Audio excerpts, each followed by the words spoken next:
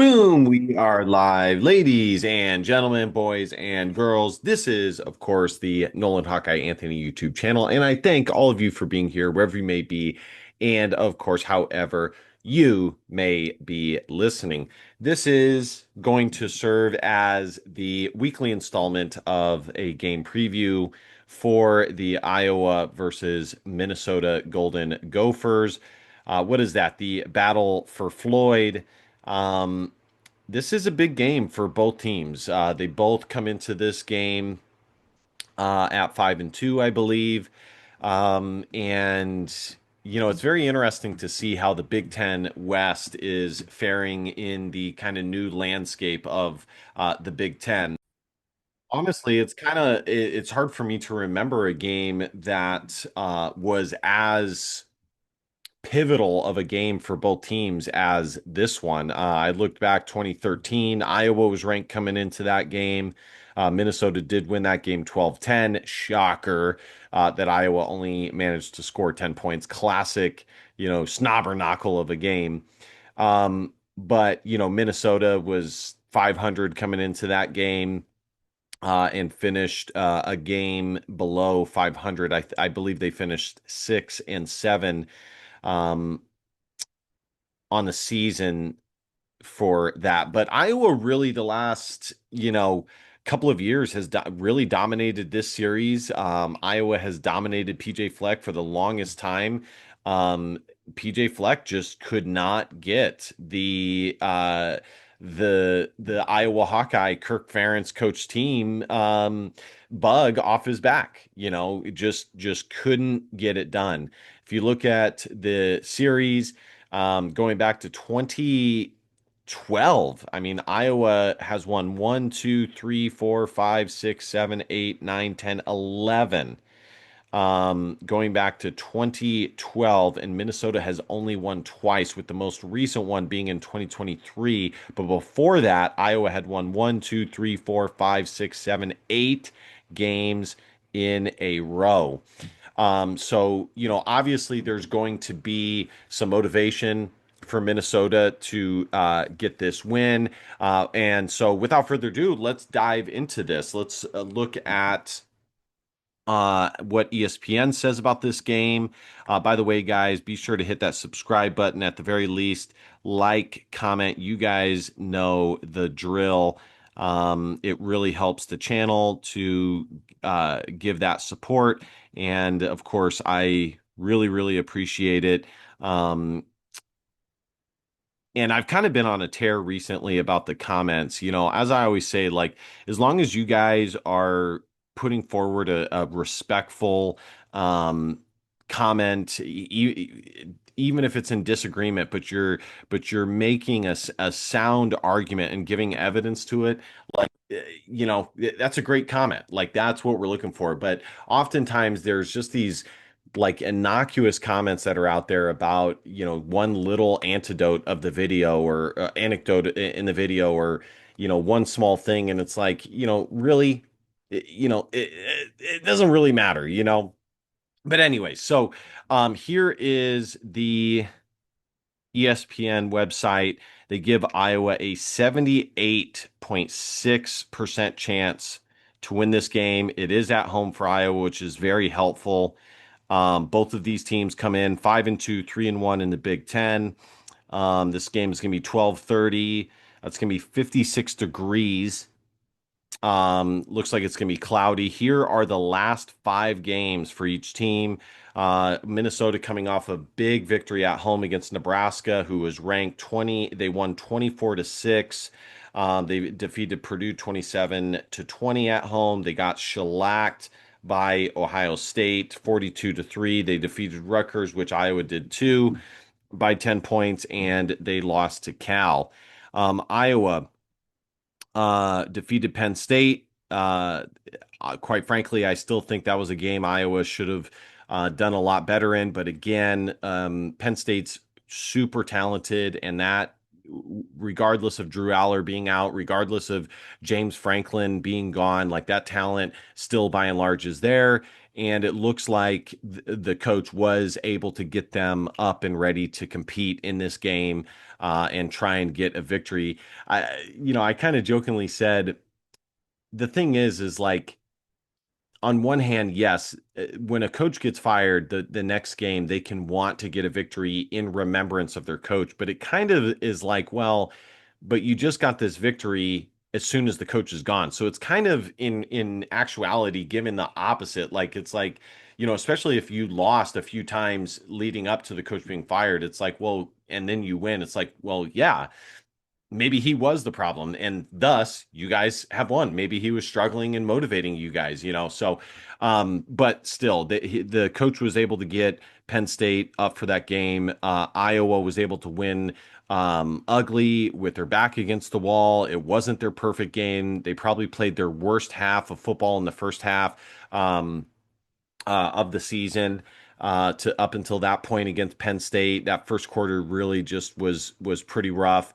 But they, surged and got that victory. Mark Gronowski didn't have the best game passing, which I've detailed quite a bit, but he went with what a different path, which was on the ground.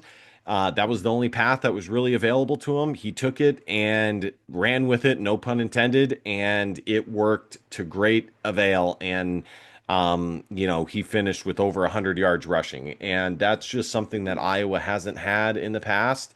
That added element of a quarterback that can when things aren't going in the passing game, find a way to move the ball down the field. And I saw some comments of people saying that this is an example of him being a proven winner, a proven leader, and I think there's probably some truth to that. He dug deep. He went into his tool bag. He went to one of the stronger aspects of his skill set. I don't know how injured he still is or not. He looked pretty healthy to me, which is good. And was able to help Iowa move the ball down the field. But it is still a concern. Make no mistake about it that Iowa still is struggling this bad in passing the football. I know Penn State is talented. They have athletes all over the field, especially on the defense, but still. Iowa defeated Wisconsin 37-0. They lost to Indiana 20-15, the game that could have been. And then, of course, their other loss was to Iowa State on the road. And again, what could have been had they won that game, and they defeated UMass 47-7. Here are some of the statistical leaders. Mark Gronowski, 811 yards passing compared to 1,400 for Lindsey for Minnesota. Darius Taylor, 353 yards compared to Kamari Moulton, 360. And here are the rest of the stats for each team. Carson Sherrar having a strong senior season for the Iowa Hawkeyes. Gronowski, if you guys can believe it, look at how many yards he has rushing the football. I couldn't believe it when I saw it. But I mean, obviously, watching the games as I've had, I mean, it's not super surprising, but it is surprising to see an Iowa quarterback have this many yards running the football. We just haven't seen that in a while. The only quarterbacks in the Kirk Ferentz era that have been mobile quarterbacks has been, Brad Banks to a certain degree, Drew Tate to a certain degree, CJ Beathard to a certain degree. Obviously, Brennan Sullivan could move a little bit. But I don't think any of them were quite the runners that Gronowski is in his own way. Gronowski is just thick and he runs with power and guys just bounce off of him. I mean, he has tremendous balance, and he is not taken down easily. There were other Iowa quarterbacks that were that way, but they weren't as mobile. Yeah, they were hard to take down, but it was only because of how big they were. Or Drew Tate, how pesky he was and resilient he was.